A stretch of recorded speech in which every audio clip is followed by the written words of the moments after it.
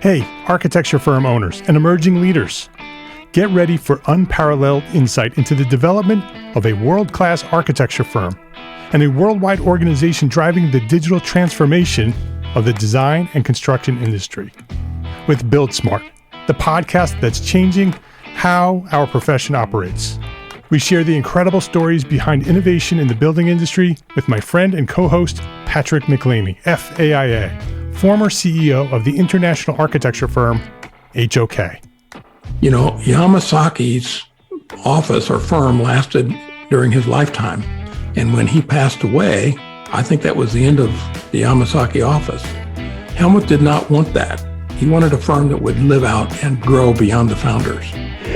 In Season 1, discover the untold stories behind HOK's meteoric rise, from 150 employees in St. Louis to a powerhouse with over 1,900 staff members and 27 offices worldwide. You know, they weren't as polite as the Kojima people.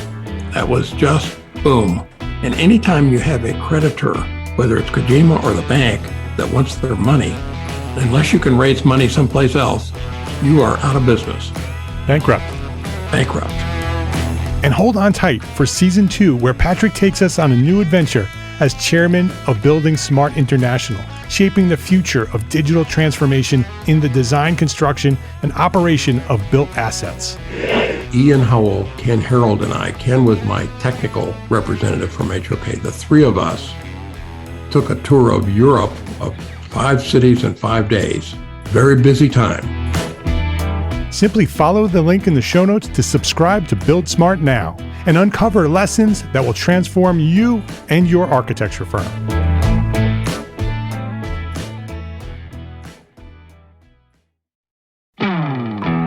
Hey, architecture firm owners and emerging leaders. Get ready for unparalleled insight into the development of a world-class architecture firm and a worldwide organization driving the digital transformation of the design and construction industry.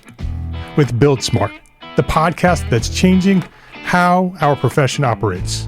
We share the incredible stories behind innovation in the building industry with my friend and co-host, Patrick McLeamy, FAIA, former CEO of the international architecture firm, HOK.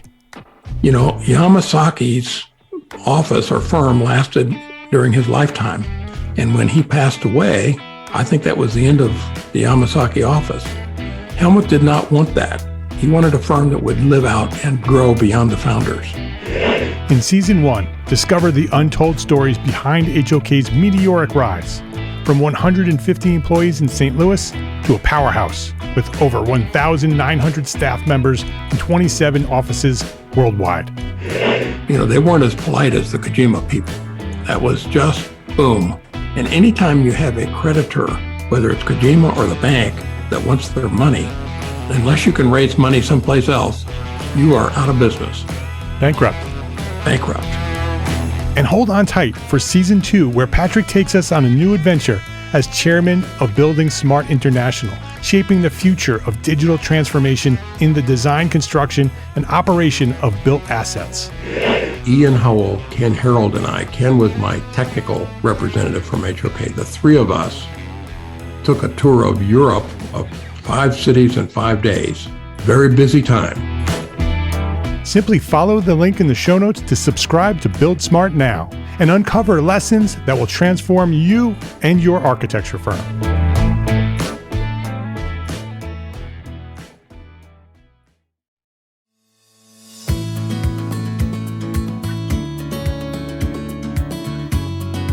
My name is Mark R. LePage, and you are listening to Entre Architect Podcast, where each week I speak with inspiring, passionate people who share their knowledge and expertise, all to help you build a better business as a small firm entrepreneur architect. Robert Yuen, welcome back to Entre Architect Podcast. Thanks for having me. I'm excited to be back. It's always good to have you here. I'm not sure, you may, and I may have said this last time, I think you may have the record for the most visits to the podcast here. You've been hanging out with us since the very beginning. Been here several times before, always providing lots of value in your insight. The knowledge of the industry is vast.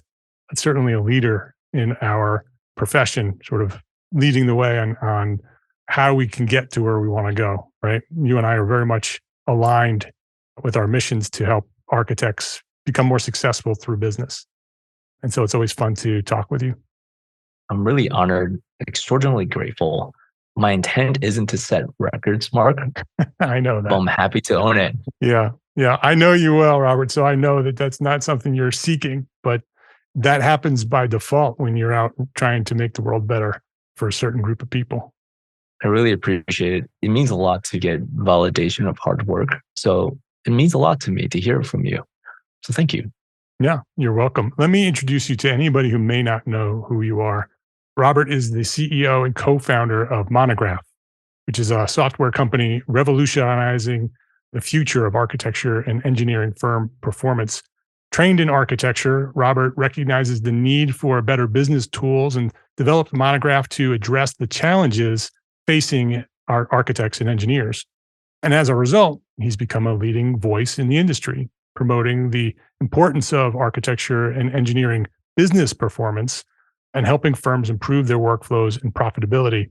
And I can say from personal experience, Robert's mission is always to be in service of the design professionals responsible for our built environment, letting us focus on what we do best and what we love to do.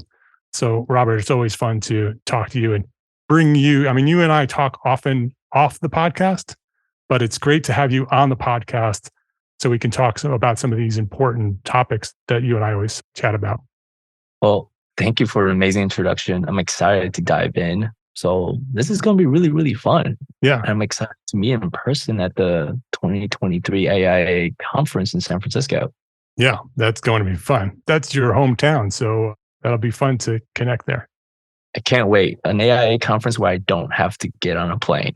Yeah. Unfortunately, I'm the complete opposite on the East Coast flying out next week. It'll be fun. So, Robert, the reason I asked you to join me here on the podcast this time is Monograph recently published a new report called the 2023 Strategic Risk Report for Architects and Engineers. You know, I know the small firm community very well. This is a report that sort of has polled and talked to industry leaders throughout the profession. In the entree architect community, I know that firms are busy, right? They've been busy since COVID, all through COVID, and coming out of COVID, they've been busy, right? And much to their surprise, they've been busy, which sort of caught them in a moment where they have too much work and not enough help. Mm-hmm. And they continue to grow, but they're clearly in the last year or so, there's been sort of this sense of uncertainty, right? There, a little lack of confidence that the future is going to be as bright as the past, the immediate future anyway. And I've reviewed the report that Monograph has done, and that's very much in alignment with what I'm seeing as well. And so I'd love to dive into that, talk about the report a little bit, share some of the details. I'd love to start with what is the risk report? What is the strategic risk report, and why did you do it? The strategic risk report outlines some of the risks that Monograph sees within the industry as a trend. And we're doing our best to essentially look into the future as best as we can and share that insight. And the report's going to outline, we spent a lot of time working on making sure that we share actionable steps. I read a lot of reports. I've seen a lot of reports. Some reports are extraordinarily filled with information, but not a lot of, like, let's say, optionality or suggestions on what is achievable. So we spent a lot of time making sure that we write amazing content, do our best to disclose where we see the future might look like, and then also share insights from other leading professionals on what you can do today, like actionable things you can do today. So that's the strategic risk report. Yeah, it's very well done. And I do love that it's not just a report of what you're seeing, right? But it's also analyzing what you're seeing and saying, hey, these are some of the steps you can take to address these issues that we're seeing coming down the line. If you'd like to download the report, you can go to monograph.com/risk-report. monograph.com/risk-report is where you can download that. It's free and you can check it out and learn all about it. Let's jump into some of the things that you found through this report. What is maybe the biggest takeaway that the report discovered? So I think the biggest thing to take away is we are in times of uncertainty, and we need to acknowledge that. I think not acknowledging what is going on is a huge mistake. And like the biggest takeaway right now is like, let's just all face that times are a little bit different. And that's okay. Yeah. We just need to accept times are a little bit different. And we might need to do some things a little bit different in response to current events. So biggest takeaway is just acknowledge that there are things different. And then there are easy things that we can do to navigate new times. Times of uncertainty sounds bad, right? But like times of uncertainty in architecture happens all the time. Yes. Think of 08, think of 09, think of COVID. It's a cycle. We think of now, like it's a cycle and it always happens. I think just acknowledging the types of uncertainty is really, really important, and not acknowledging it at all can lead to really, really bad results. Right. Younger architects may see this uncertainty and say, oh my goodness, what am I going to do? Right. But older, more experienced architects who've been through some of these down cycles recognize that, yeah, it's hard and it's not fun, but you eventually come out of it. Right. And so knowing that it's a cycle, you can prepare, which is exactly what this report is great for, right? Because you can sort of read through the report, understand what the analysis is of the industry, right? This is a report of actual people practicing architecture in our industry and saying, here's what they're telling us, right? And so you're picking up trends. One of those trends is the pause and rush cycle, right? We all know this with where you have clients like trying to hurry, and all of a sudden the project goes dormant, right? It just falls flat, right? It doesn't go away. It just gets put on hold, right? There's some fear, there's some uncertainty in the market, and the client says, all right, we're just going to put this on hold. And then all of a sudden something else happens and they're like, let's go, hurry up, right? And that happens all the time in our industry. But one of the things that the report is saying is that that's happening more often. Yeah. That there's this pause and rush cycle that's happening over and over again. It is absolutely, we see it across all of our customer base, and we're really excited that we have now over 800 customers. So like we're getting a really bigger pool to draw our data trends from. And it is happening more. I think generally speaking, like surprises are not, like I don't want surprises. I enjoy surprises on a personal level. I love surprises on a creative level. I do not like surprises when it comes to practice. I do not like surprises when it comes to money. I do not like surprises when it comes to like the business. Like those, I kind of want really clear certainty as much as I can and remove a lot of the surprises. I think we can do a lot to address some of these like immediate pauses, immediate goes again. And I would love to just share with everyone, like we have clients, architects, we serve clients, we serve the industry. We're professional service providers. We design and build the world. Maintaining client relationships is really important. And we might have lost sight of how important it was when the phones kept ringing. Yeah. And we could do a little bit less client management and client relations. But when the phones don't ring as much, it's really important to like maintain and surface those client relationships. Like I said, actionable things. It's not revolutionary. It's not innovative. Get to know your clients well, and you remove some of those surprises because you can just ask if the relationship is strong, like, how are you financially? Are the coming months going to be okay? And you can get ahead of any type of surprises because you're going to have more open and frank dialogue with your clients. Yeah. You're not shocked when you get the phone call. Like the goal is to not be shocked and you can expect it. Because if you can expect it, you can also have a plan and you're already ready to take on a project to go on pause. Yeah, that's important, right? The more you communicate, the more likely you're going to learn before it's a surprise, right? You're not going to get that call out of the blue. Yeah. You're going to see it coming, right? Because you're having these conversations, open conversations with your clients. And so you'll start to pick up some emotion or some veiled comments about what's happening, or they'll be straight up and say, hey, this is what we're seeing. And so when the pause does come, you probably already know it's coming, right? It's so situational. It's so geographical. Like, so I'll give you an example. I live here in the Bay Area, San Francisco. And I think we've all might have heard the SVB Silicon Valley Bank news a few months ago. Yeah. If I was an architect, and I've shared this with some of my friends here that are architects, like first thing you do is you call your client. You ask them with open arms and empathy of like, how are you doing? And do you have exposure? to SVB. Because it's going to tell you like, oh my God, if they do, I'm pretty sure that money is secure. But if there's a pending invoice, I already know that it's probably not going to get paid because that money is locked up. And like the FDIC is going to step in, the federal government is going to step in. And it's just going to take a little bit of time before that available cash gets opened up again.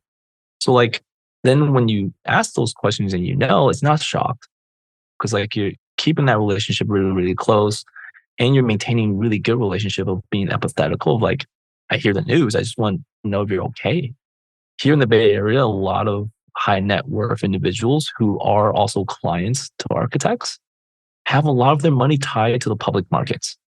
Well, the public markets over the last year haven't done so well. We all know this to a certain degree. Like it's fallen anywhere between 50 to 70 to 80%. Does that impact their work? Like, I think we can all sit down over coffee or over a meal and like talk about like, is that going to be okay? Do we need to be creative to navigate a down cycle for our clients if a lot of their net worth is tied to the public markets, which might also be the funding source to the work that they're commissioning you to. So like knowing this information is really, really powerful. And examples of like how, at least here in the Bay Area, of what those conversations might look like. Yeah. Also, the other thing about that in-person time with clients is that I've recently been thinking about how architects can respond to some of the automated technology that's being developed that many architects are, fearful of, right? AI and some of these tools that they're seeing, they're like, oh my goodness, that machine is doing much of what we are doing, and seeing a future where, that's a little scary for architects. And I've been talking about, human to human touch points, that should be a metric for architecture businesses. That how many times are you having a human to human touch point, whether it's an in-person contact, whether it's a phone call, whether it's an email, something that is connecting you, the one human, to your client, the other human, right? And because that's the one thing machines can't do, right? Machines can't have a human relationship with another human. Right. And so in addition to building those relationships with your clients so you can learn about their businesses, so you can prepare more for your business, I think long-term, it's also going to help you, that it's going to become one of the differentiators that you have as an architect, that you are a human who can help other humans solve those problems. It sounds funny now, but in 10 years from now, that's going to be a very big reality. If you need more data points, like think about, we're now probably every architect firm has probably accepted BIM. Prior to that was CAD. Prior to that was the drafting table and the T-squares and the pencils. But the thing that hasn't changed is it's still relationship business. Right. Since the dawn of time. That relationship will always hold true. So maintain those relationships. Invest in those relationships. Invest in how you create new ones. Invest in how you maintain existing ones. And invest in how you grow existing ones. These are areas where technology isn't really going to solve that problem because the business model fundamentally is people to people. Right. At the end of the day, Mark, I think this is why you and I have enjoyed our conversations for all these years, is because like I consider you as like one of my dearest friends. And I've enjoyed that because like an audio podcast won't replace that. A chat GPT won't replace that. Right. And this is a bond that you and I have invested time with each other to build. And I've enjoyed it.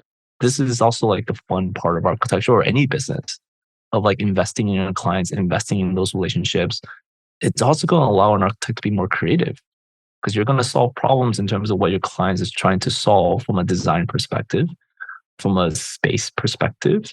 And you can just get more information to be very creative, which is so exciting. Yeah, it is. It is. Another thing that I learned from the report, and I'm really happy to see, and something that I've seen over the past 10 years doing what I'm doing, is that architects are embracing business, right? That they are ramping up business development. They understand business development and the process of sales and marketing and the tools that need to be done, the processes, right, of business. Yep. That's something that's changed significantly since I started in architecture. When I first started in architecture, architects didn't embrace business as business, right? That it wasn't really part of their vocabulary. We weren't taught that in architecture school. The AIA has done some pretty damaging things to the profession in terms of business and money in the past. And this past 10 years has been a transition period for the profession where it's gone from sort of almost anti-business to pro-business, right? That architects are business people, and which means they're becoming more successful. And I see that in your report that the leaders in our industry, they're ramping up business development because they see that through building the business systems, right? They understand the business systems and they get the reports, they understand how to read those reports, and they can address what they see in the future through the information that they're getting through their business systems. That's something that small firms did not do 10 years ago. And they most do that today in some fashion. And so I'm really excited to see that in the report as well. I'm really, really excited. And I think we're just at the very beginning. I agree. I think I've started to use this more often. Like, I think architects are building more and more of a financial literacy that is needed to run their practice. Remember, a practice is a business. And I think every architect I've ever met has done extraordinarily well on creative literacy in their own style and in their own ways, which is really powerful. Every architect I've ever met are great project managers. They know exactly what drawings need to be done. They know exactly what details need to be figured out. They know the nuts and bolts of every project. Financial literacy has historically been the lagging area where architects have not done so well. And just like you, I see that changing really, really fast. It's also a huge motivator for me, like bias. Like, I co-founded and CEO here at Monograph. Like, financial literacy is the thing that we're trying to solve for and the thing that we're trying to constantly share and disclose for the entire industry. Because I think everyone's going to win when you have a little bit more knowledge around finances and money. I'm not asking you to be an expert. I think when you get really into hard problems, you just still hire a specialist. This is why a CFO, financial analyst, a bookkeeper, like, these roles are still necessary. But you want to be able to have conversations with those counterparts, which means a certain level of literacy to hold those conversations. Let's take a quick break to say thank you to our sponsors for their support of this episode. Accurate data is crucial, especially in today's business environment. Outdated and inaccurate data leads to turnarounds, delays, and rising costs. With supply chain and staffing issues, these costs and delays can multiply. That's why a resource like arcat.com is so important. Arcat works with manufacturers to keep their data up to date and accurate, and offers it to you easily, accessible, and free. Use Arcat's powerful search engine to find what you need fast and download it right there on their site without needing to pay for anything. It's free.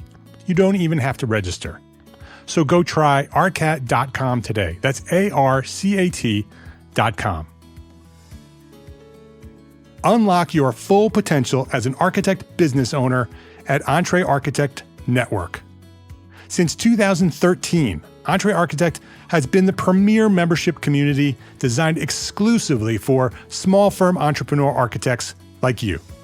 Join a vibrant community of like-minded professionals and gain access to a wealth of resources, mentorship, and support. From comprehensive courses to expert guidance, Entre Architect Network equips you with the necessary tools to thrive in your career. Master business strategies, enhance your marketing techniques, and excel in project management, all while fulfilling your continuing education requirements along the way. Break free from the isolation and connect with a supportive network that understands the unique challenges that you face as an architect business owner. Whether you're a startup architect or a seasoned professional looking to make a difference, join us, and we will help you elevate your career, boost your confidence, and unlock opportunities for your architecture firm. When our community of entrepreneur architects is linked and leveraged as one, there's no limit to the impact that we can have on the world. Visit entrearchitect.com today and become part of our thriving network.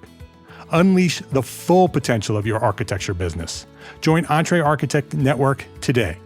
the premier global business organization for small firm architects. Learn more at entrearchitect.com.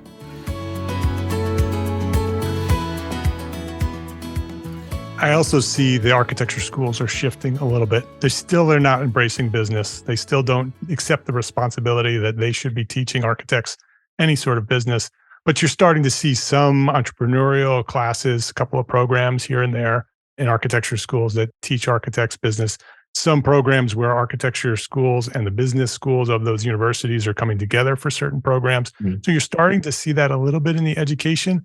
But I think one of the biggest changes in our profession coming is this next generation of architects, right? My generation is the generation between the way it was and the way it's going to be, right? That we are the bridge between sort of the anti-business to the native business. The next generation of architects are coming to the profession with native knowledge of business because of the internet.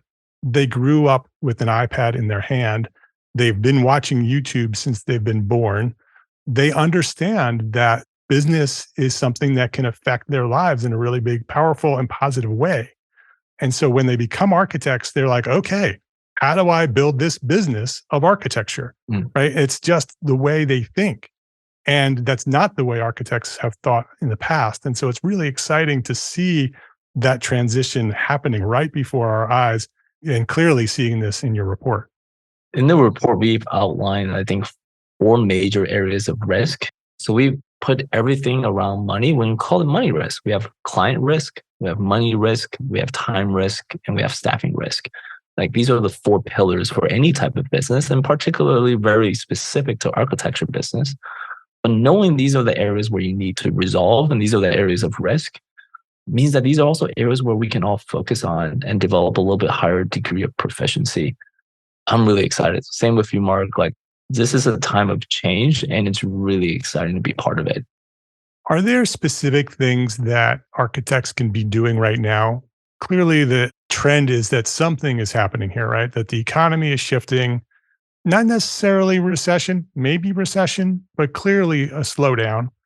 Are there things that architects should be doing specifically, maybe 3 or 4 things that architects who are listening here today can take away from our conversation and say, okay, these are the things that I need to do right now in order to prepare for the next couple of years? I think it starts with the acknowledgement of the 4 areas. So we have money risk, we have client risk, we have time risk, and we have staffing risk. So acknowledge those 4 are the first things that we can do immediately. We talked a little bit about it earlier. On the client risk is maintain that client relationship. Right. You're so used to in the last 2 to 3 years that the client called you. It might be time for you to call the client. It's really easy, right? Pick up the phone, get in touch, get a coffee date, and check in. Just be a human being. Check in with your client. Yeah, and make that a practice, right? Don't just make this a one-off thing. Say, okay, this is going to be the way I do this from now on. The worst takeaway from this podcast is like, okay, these things happen in cycles, so I'll do things in cycles. Like that's right. Don't interpret it that way because that would be really, really bad. I was like, oh, like I'm gonna spend some time on client relationships now, and then when it's booming times again, I won't. The whole point is actually like we want to build a certain level of cadence. What's the best analogy? Like I think of this as like brushing your teeth.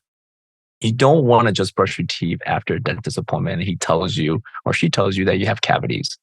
Right. You kind of want to brush every single day. Yeah. It's just good hygiene. It's no different than working out. Like we all humans, we do this like January 1st, like, oh my God, I didn't work out.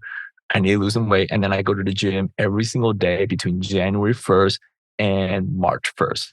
And then what happens after March is like, I don't go as often. And then by the time it hits Thanksgiving, I haven't gone to the gym at all. That's not a good behavior. Like we want to be consistent. Consistency and the right cadence pays off so that we're not setting New Year's resolution where I want to go to the gym more. Where our New Year's resolution should be like, I just want to continue to go to the gym at the same pace. That's really healthy. Yeah. I don't want to go through waves of brushing my teeth. I want to brush my teeth every day, ideally after every meal. Exactly. So get in the habit of reaching out to your clients, your potential clients, build relationships with those people, make that a practice. Do it all the time. And all the things that we're talking about here will certainly help you through the rough times, but it will only benefit you, like Robert's saying, will only benefit you when things get good again, right? When things are strong and the projects start coming in, it'll only make your firm even stronger at that time. So, what's another thing that we should be planning on? Another area will be money risk. So like a thing you can do right now is understand how much cash you have. When times of uncertainty, the thing that you need the most is cash because it's going to give you a peace of mind and it's going to allow you to be less anxiety in terms of like how to move forward. So just understanding what your cash balance is really, really important. And then you need to understand what is your cash flow. And the key word here is flow. And I think a lot of architects don't understand what cash flow means. I've asked this to a few friends of mine and like, oh, like, here's my entire year. Here's my clients. Here's all the fees that I'm expected to get. That's great. That's like looking at an income statement for the entire year. Cash flow is really more about the cadence of how cash moves. Let's look up the definition. It's really, really important to understand the definition. A simplified version is like, how does the cash move? How much do you spend on a monthly cadence? And how much do cash come in on a monthly cadence? You should know that. Know that like the backside of your hand, because it's going to allow you to essentially plan forward. Examples of when cash flow is not really, really good, you still have to make payroll and you have to make rent. And I know that happens every single month. But if your billing cycle is not monthly, well, that means you're just spending money and you don't have a lot of money coming in. Well, this puts stress on a business. Then it really matters in terms of how much cash you have. Like if you're spending more than what you have, well, that mathematically doesn't make sense. And that's scary. And that's part of the cash flow conversation. I think knowing that you have a monthly cash coming in, billing cycle, and that you're spending cash monthly, like payroll and rent and expenses, then it's really easy for you to manage. Like, are you net positive? Really simple. You do the subtraction, but do you still have money left over? That's a good thing. Will you continue to have that trend? That's a good thing. Knowing if you're on the right path is really critical.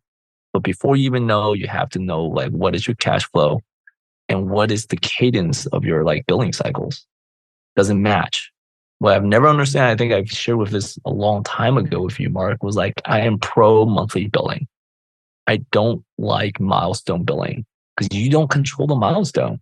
If you don't control the milestone, the client controls the milestone, it's a moving target. Right.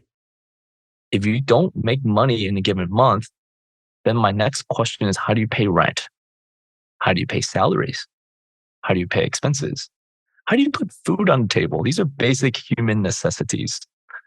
I just want to make sure that everyone hears this and starts like there's easy things you can do to resolve that, which is to really strongly consider monthly billing and not bill against milestones or deliverables. It will give everyone peace of mind and it reduces some of your money risk. All right. So we went through people risk, money risk. What are the other two? Time and staff. Time and staff. So what's time? What should we be focused on in time? Know your time. Yeah. Your time. That's a big topic in our community. There are lots of sole practitioners and really small firms who don't track their time. They don't see the value of tracking their time.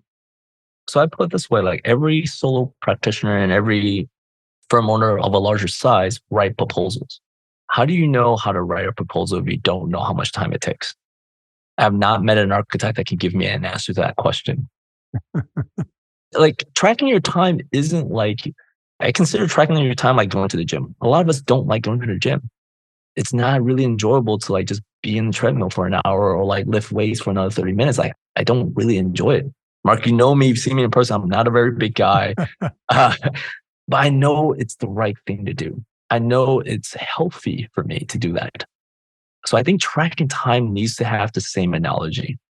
It's healthy for you to know where your time is spent. Do not lie. I also know a lot of architects that do track time, and then when I go in there, it's like, how is every week 40 hours exactly? Like I'm already going to make the assumption that you're lying.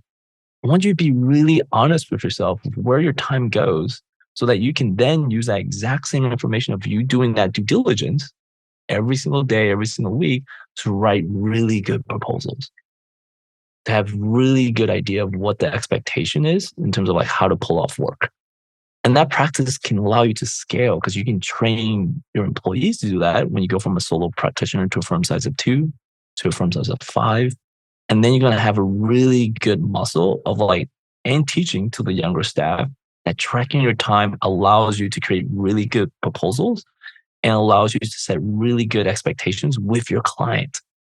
Because now you have a really good understanding of what it honestly takes to pull off work. And then you'll know where you really excel. And you also going to know where you really don't excel. And you can choose to double down or you can choose to like invest and improve. Those are your options and you have choices, which is amazing. You do not have choices and you do not have information. You do not have knowledge if you do not know your time. Know your time, Mark. Equally important as knowing your money, right? Knowing your cash flow is knowing your time flow, right? Where's your time going? Where are you spending your money? Right? Where's the money coming in and how's it going out? Same thing with your time. How much time do you have and where is it all going? For you and your staff. And then through both of those, right? Money and time, getting that information allows you to make decisions, right? And be able to make decisions that will protect you in the future. As you start to see those trends in the reports, you'll be able to respond to those in real time before those things become problems, right? That if you don't track that time and the money, and you don't get reports on a regular basis, then you don't know what's happening until it happens, and you can't respond to it. By having it come in earlier and respond to it, then you'll be able to adjust and be much more successful in the long run. Don't like surprises. I'll keep repeating that because it's also really hard to learn from surprises. It's a lot easier when you know that like the data is right there. It's not a surprise. I did really well or I didn't do so well. And now I, as an individual, can make choices in terms of like, how do I move forward? Really, really critical. I also have a lot of conversations like, well, we really want to like be more efficient. We want to spend our time more wisely. It's like, great. You can't do that unless you have the time already there. Once you know your time and you're tracking your time, then you can work on things like optimization. You can work on things on efficiency. You can work on things on like improvement of time efficiency. You can start doing, if you do have a larger firm, you can work on staffing and resourcing. But it all starts with knowing your time first. And once you do that, it opens up so many doors to allow you to continue to optimize, plan, staff, and resource, and write proposals, and not, let's say, put your finger in the air to write arbitrary guesses in terms of like what that fee should be. Like you should know. It'll be easy. It's right in front of you. Right, right. So what's our final thing that we should be paying attention to? Well, like architecture, and like a lot of businesses, it's all about the team. This applies more when you're not a solo practitioner and you do have at least one or more employees. It's a staffing risk. We know that everyone either hired extraordinarily aggressive during the pandemic because the phones kept ringing and the phones are not ringing as much. So like this is also a time to slow down and invest in your team. The success of your business is not contingent on you alone. It is contingent on how good your team is.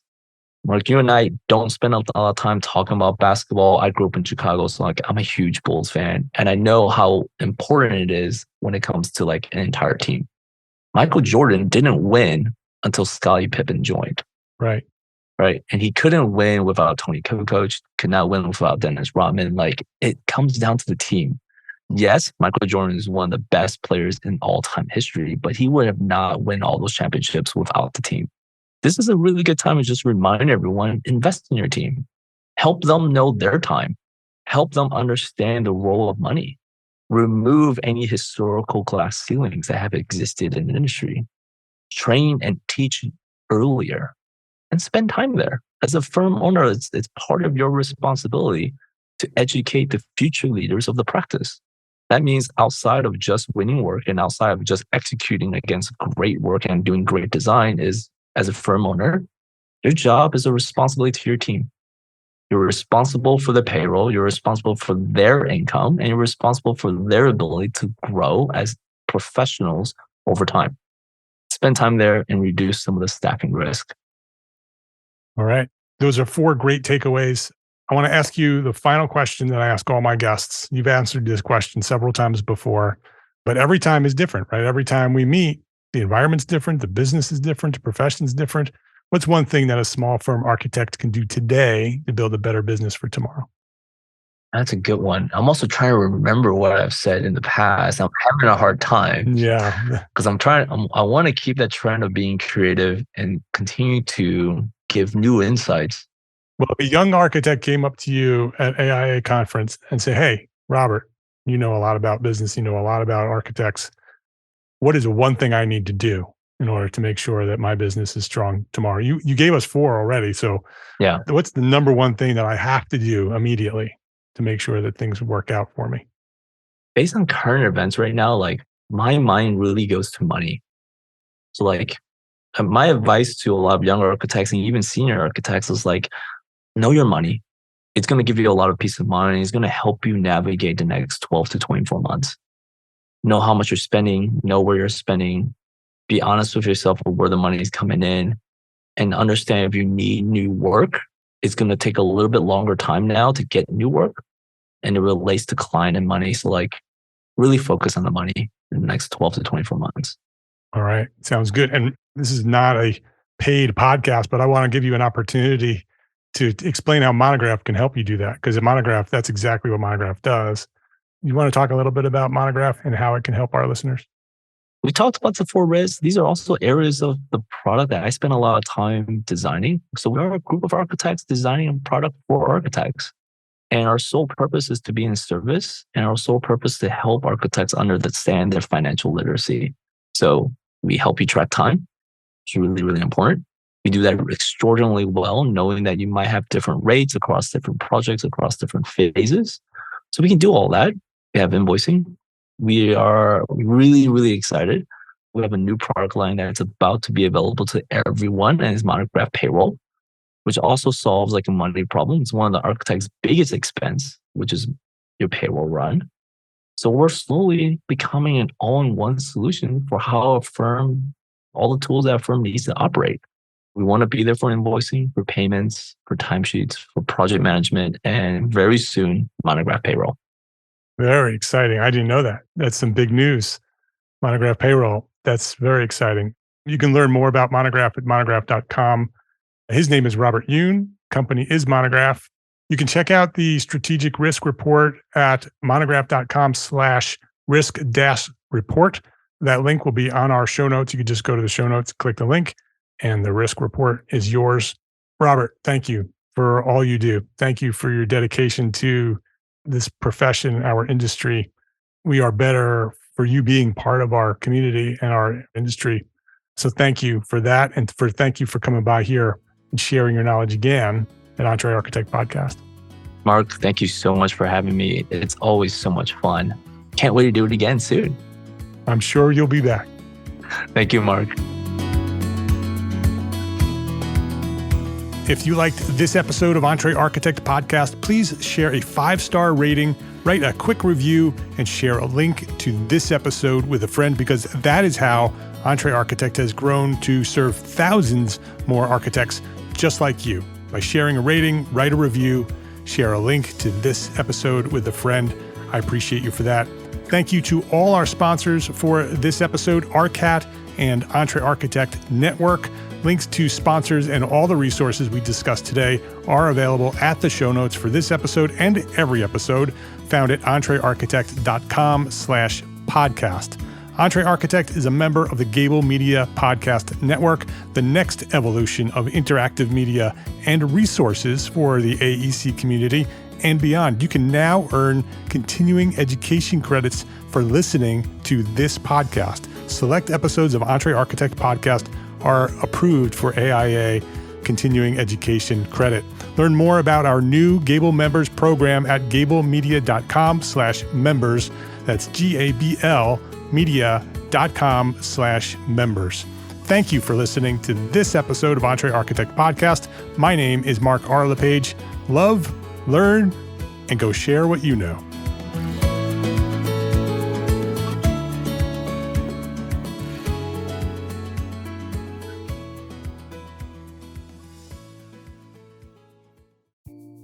Imagine earning continuing education credits while doing exactly what you're doing right now. Well, you can. Gable Media has revolutionized the way you earn your continuing education credits with a groundbreaking approach. Forget running around town and scouring the internet for credit-worthy courses. Fulfill your CE requirements effortlessly by listening to engaging podcasts just like the one you're listening to now. Our podcasts are designed to educate, entertain, and inspire, all in a user-friendly environment. But wait, there's more. Architects, Gable Media is also approved as an AIA continuing education services provider. Upon completion, we handle everything, from reporting your hours directly to the AIA to storing your certificates in your personal Gable Media profile for your self-reporting needs. So follow the link in the show notes and start earning your credits in the most innovative and entertaining way possible with Gable Media. Attention architects and creative minds, get ready to supercharge your brand with Build Your Brand, the podcast that's unlocking the secrets of branding success for creatives. Hey there, it's Mark Arlepage, founder of Entre Architect, and I'm inviting you to join my friend, architect marketing expert Jeff Eccles at Build Your Brand podcast, where he explores the captivating stories of the world's top brands and transforms their lessons into powerful moves for small firm architects and creatives like you. In Season 1, Jeff shares the thrilling tale of Southwest Airlines, where he dissects their journey to the summit and distills it into strategies tailor-made for you. It's important to keep in mind that companies like Southwest compete in the real world, just like you, and face real-world challenges, just like you. You might be surprised at how similar those challenges are to the struggles that you grapple with on a day-to-day basis. Don't miss out on your blueprint for success. Subscribe, tune in, and let's build your brand together. You may have noticed that the very best brands in the world are also known for having somewhat unique corporate cultures. That's often the glue that holds everything together when they encounter those rough spots. We don't do it because it inconveniences the passengers to whom we are primarily dedicated, the short haul, frequent flyer. Follow the link in the show notes to subscribe to Build Your Brand today. Remember, no matter the size, the journey's the same. Your brand's journey to the top starts here.